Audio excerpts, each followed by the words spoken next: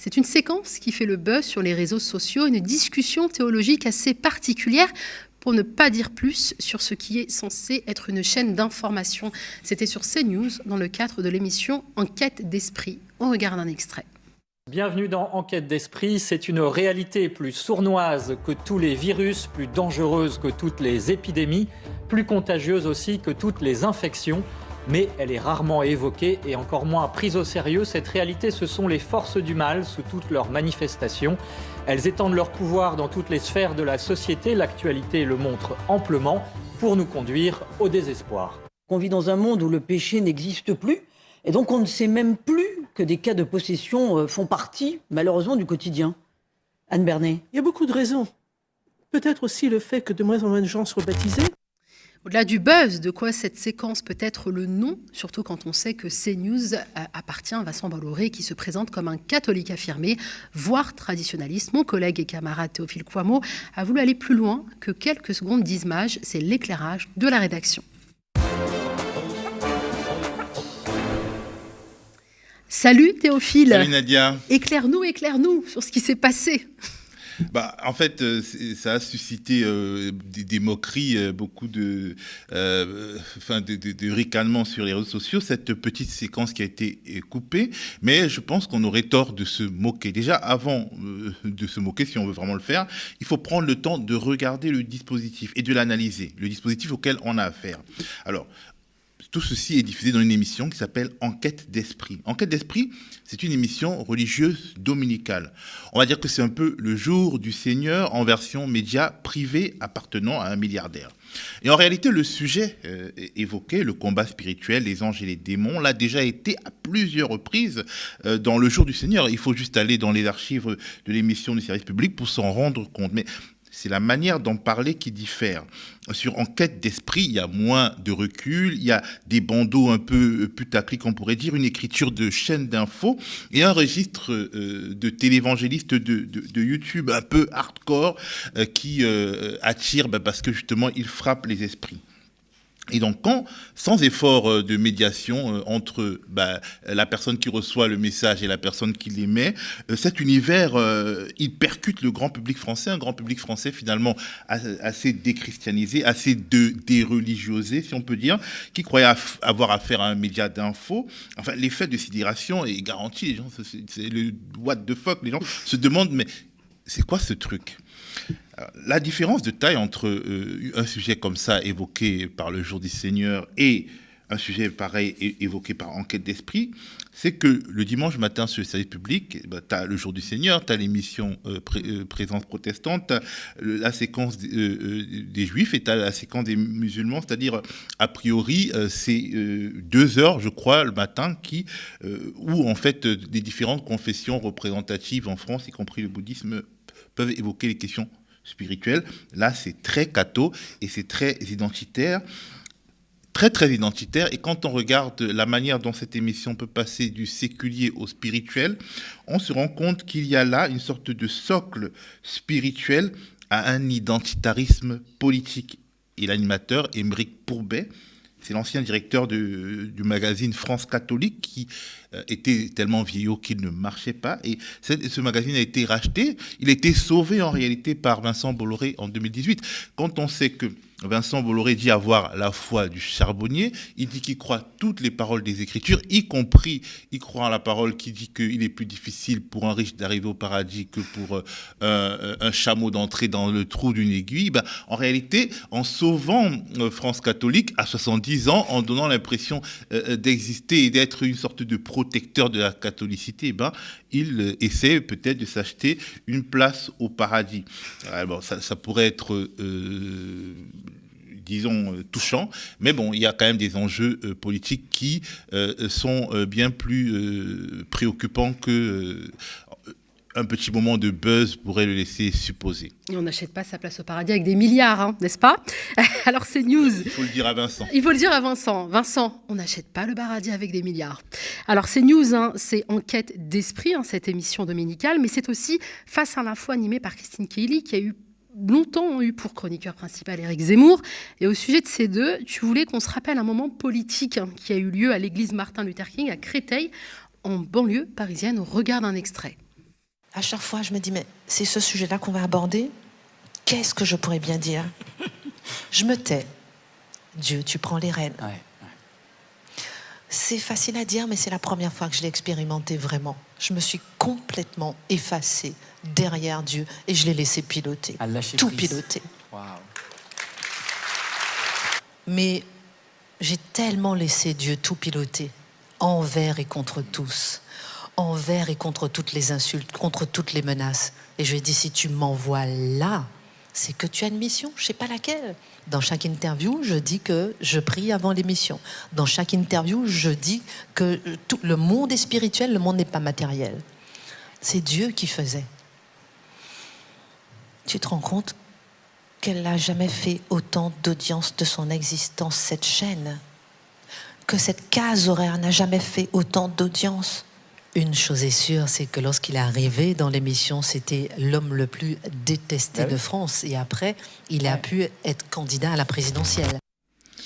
Alors Nadia, cette séquence, déjà, elle est frappante parce qu'une journaliste qui a priori vend son cerveau et ses compétences à son employeur, dit qu'au final, finalement, elle ne bossait pas, c'est Dieu qui bossait. Donc on peut, une fois de plus, en rigoler. Mais cette manière de parler est un registre spécifique, c'est le registre du témoignage. Dans les églises évangéliques, tous les dimanches, les gens témoignent de leur combat professionnel, personnel, etc.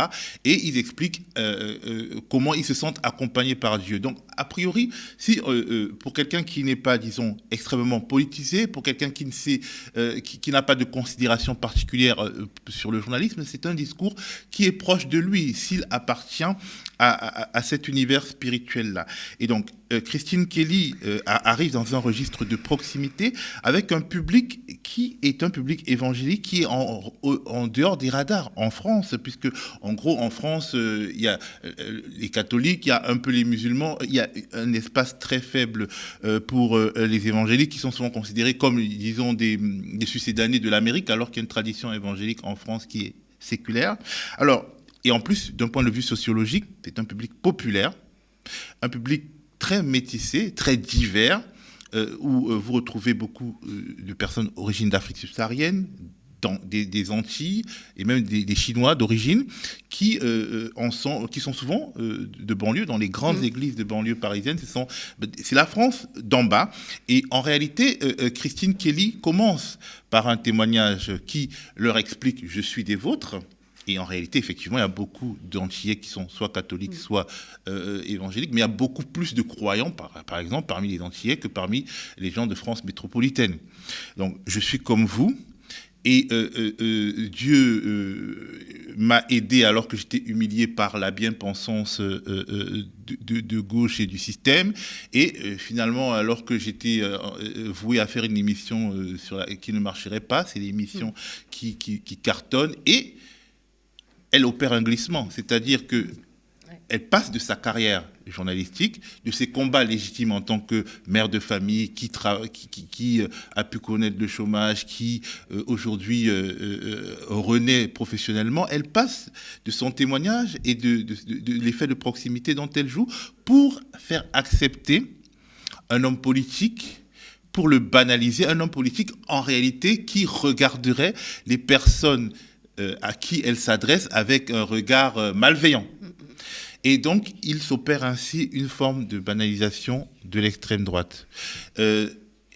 Dans un autre contexte où la question du conservatisme est très mal évaluée en France, c'est-à-dire que sur des questions qu'on pourrait considérer comme sociétales, sur les questions de progressisme, il peut y avoir des passerelles entre un public populaire originaire de l'immigration et un public, disons, de droite conservatrice.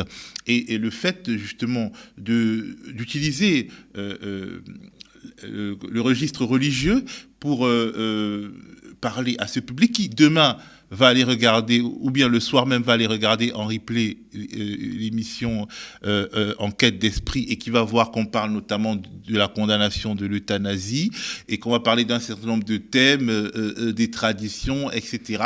Je trouve qu'il s'opère là une sorte de rapprochement. Il tente d'opérer une forme de rapprochement qui donnerait à une extrême droite qui finalement a réussi à conquérir par un certain nombre de moyens douteux les classes populaires blanches. Peut-être que la prochaine étape, c'est justement les classes populaires issues d'une certaine immigration, pas de toutes les immigrations, mais d'une certaine immigration. Et en ce sens, c'est quelque chose qu'il faut observer, d'autant plus que la question de la politique des identités est mal pensée par la scène politique française. Elle est mal adressée, notamment par la gauche. Je considère que l'extrême droite est plus en prise avec ce qui peut remonter des réseaux sociaux et c'est manipuler un certain nombre de passions populaires, notamment la question des anti-vax, c'est-à-dire les personnes qui ont été hostiles au fait qu'on leur impose les vaccins sur le Covid. En réalité, nous sommes dans une période de récit des apocalypses, que ce soit d'un point de vue écologique ou bien d'un point de vue même militaire avec le spectre de la guerre nucléaire. Et dans ce moment de récit des apocalypses, en fait, l'extrême droite peut se servir de la prévention d'un certain nombre public pour la vaccination, d'un certain nombre de sujets qui ne sont pas des sujets directement politiques pour tracer son chemin. Et la question, finalement, la figure satanique, la figure du mal absolu peut être convoquée pour être collée à l'adversaire politique qui entrerait dans un grand complot mondialiste et apocalyptique, etc. C'est extrêmement dangereux. C'est pour ça que quelque part, il faut penser ces sujets, il faut connaître la France et les Français, et il faut réfléchir à, disons, quelle réponse de gauche apporter à un certain nombre de publics qui se posent des questions légitimes sur l'avenir proche. Alors c'est dangereux et je trouve ça orgueilleux, c'est aussi pour ça que je riais, je tiens aussi à le préciser, c'est que je trouve que Christine Kelly est vraiment dans une posture un peu d'élue, ce qui est assez prétentieux. Je suis le canal à travers lequel Dieu communique, fait passer ses messages. Dieu a mis la baraka dans cette émission et a aussi donné le succès que l'on connaît, enfin que l'on a connu, puisque pour moi Éric Zemmour est aujourd'hui oublié. Donc c'est vraiment pour ça que je riais. Je ne riais pas en raison de sa foi, que je respecte totalement. Théophile, est-ce qu'il faut prendre au sérieux l'idéologue politique Vincent Bolloré? Alors, il faut peut-être tolérer Vincent Bolloré. Mais je pense que oui, il faut prendre au sérieux l'idéologue politique Vincent Bolloré. Le fait qu'Éric Zemmour ait quand même fait 7% aux élections, à l'élection présidentielle, même si les sondages le mettaient plus haut, et qu'il ait pu justement utiliser la plateforme Bolloré pour monter. La décomplexion avec laquelle Vincent Bolloré finalement joue de son influence économique pour devenir un influenceur politique, la connaissance et la compréhension d'un certain nombre de mécanismes liés à la mondialisation par Vincent Bolloré, parce qu'il y a aussi une mondialisation, disons, des représentations, que l'on soit en France, au Brésil ou en Afrique. Je pense que il y a une sorte justement de sentiment d'élection de Vincent Bolloré qui, comme je le disais, redoutant la mort, essaie disons, d'être utile à ce qu'il considère comme un combat à la fois politique et spirituel. Et il a du flair, il a des bonnes intuitions. S'il a eu des bonnes intuitions dans le domaine des affaires, rien ne prouve qu'il n'aura pas de bonnes intuitions dans le domaine politique. Et il faut effectivement faire attention. Il ne s'agit pas surtout de se moquer. On constate que justement sur la question de la vaccination, il y a un certain nombre de publics qui n'étaient pas extrêmement politisés, qui considèrent que finalement CNews, c'est ceux qui disent la vérité sur la question de la vaccination, qui laissent parler les anti-vax, et donc finalement ce serait une sorte de milliardaire qui serait pas comme les autres, et là on entre dans une sorte de registre trumpien, parce que trumpien finalement a été plébiscité par des classes populaires qui se sont détournées du Parti démocrate parce qu'ils ne prenaient pas en compte leurs préoccupations, et elles ne sont pas tournées vers un révolutionnaire, elles ne sont même pas tournées vers Bernie Sanders, mais vers Donald Trump, parce que, quelque part, il y avait une maîtrise de la grammaire médiatique, parce que, effectivement, quand tu es à la télé quasiment tous les jours, bien tu peux influencer le discours de la télé quasiment tous les jours, tu as du pouvoir. Vincent Bolloré a du pouvoir, c'est quelque chose, et c'est en cela qu'il est plus fort et peut-être plus dangereux qu'un Patrick Drahi ou que disons, la famille Dassault, parce qu'il a, lui, vraiment un agenda politique qui est peut-être distinct de son agenda d'homme d'affaires, et on ne sait pas jusqu'où ça pourrait aller. Oh, il pourra se présenter, je pense, aux prochaines élections. On fait le pari ou pas ici avec Peut-être vous? pas, ou alors ce sera Christine Kelly. Merci Théophile pour cet éclairage très fin.